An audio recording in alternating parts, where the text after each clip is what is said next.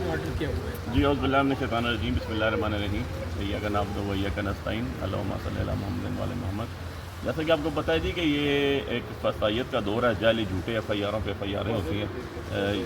4 تاریخ کو ہمارا احتجاج تھا، پیسفل پرامن احتجاج تھا، اس کے اوپر بہت سی ایف آئی آریں دی گئیں۔ اسی طرح اعظم سواتی صاحب کو بھی 5 تاریخ کو اریسٹ کیا گیا اور ان کے اوپر 12 ایف آئی آرز دی گئیں۔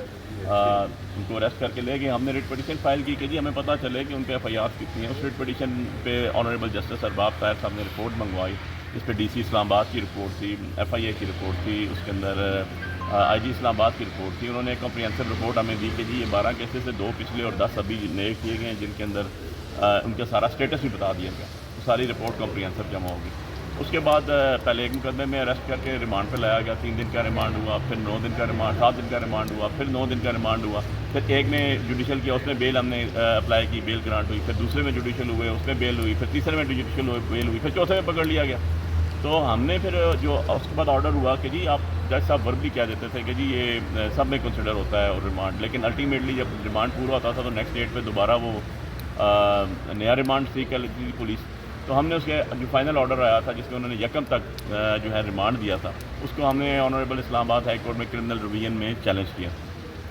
جب اس کو چیلنج کیا تو وہ آج کے لیے فکس تھی، کیونکہ اینٹی ٹیررسٹ کورٹ کے دفعات تھے اس کے اوپر، اور وہ جو ہے آج ڈی بی میں ڈویژنل بینچ میں فکس تھا کیس، جس پہ آنریبل کورٹ کو ساری سچویشن بتائی گئی، فیکٹس بتائے گئے، لا بتائے گئے۔ تو اس کے بعد انہوں نے، کیونکہ بڑا کلیئر لا ہے اس پہ، سمیع ابراہیم کیس میں، اعظم خان سواتی صاحب کے اپنے کیس میں، ارشد شریف مرحوم کیس میں، علی وزیر کیس میں بڑا کلیئر لا ہے کہ ایک دفعہ اریسٹ ہوتا ہے جب کوئی بھی ایکیوز، تو اس کا اریسٹ سب کیسز میں ہوگی، یہ سارے اسلام آباد کے کیسز تھے۔ مین وائل اس کے اندر ابھی آنریبل کورٹ نے سارے آرگومنٹ سننے کے بعد اس کو ایڈمٹ کیا، ایڈمٹ کر کے پرسوں کے لیے اس کو نوٹس پہ رکھ دیا۔ مین وائل انہوں نے کہا جی کہ آپ جو کونسل رات کو پیش ہوئے ہیں ان کے پاس، وہ اپنا ایک ایفیڈیوٹ بھی ایگزیکیوٹ کریں اس کے لیے، تو جب شام کے ٹائم ریمانڈ لیا گیا۔ سو ابھی وہ ہمارے ساتھ ہیں کونسل سہیل خان صاحب، یہ اپیئر ہوئے تھے اس دن، اور ابھی یہ ایفیڈیوٹ اس پہ ایگزیکیوٹ کرتے ہیں، اور انشاءاللہ آگے فردر دیکھتے ہیں۔ پھر امید ہے کہ انصاف کے تقاضے پورے ہوں گے اس کے اندر۔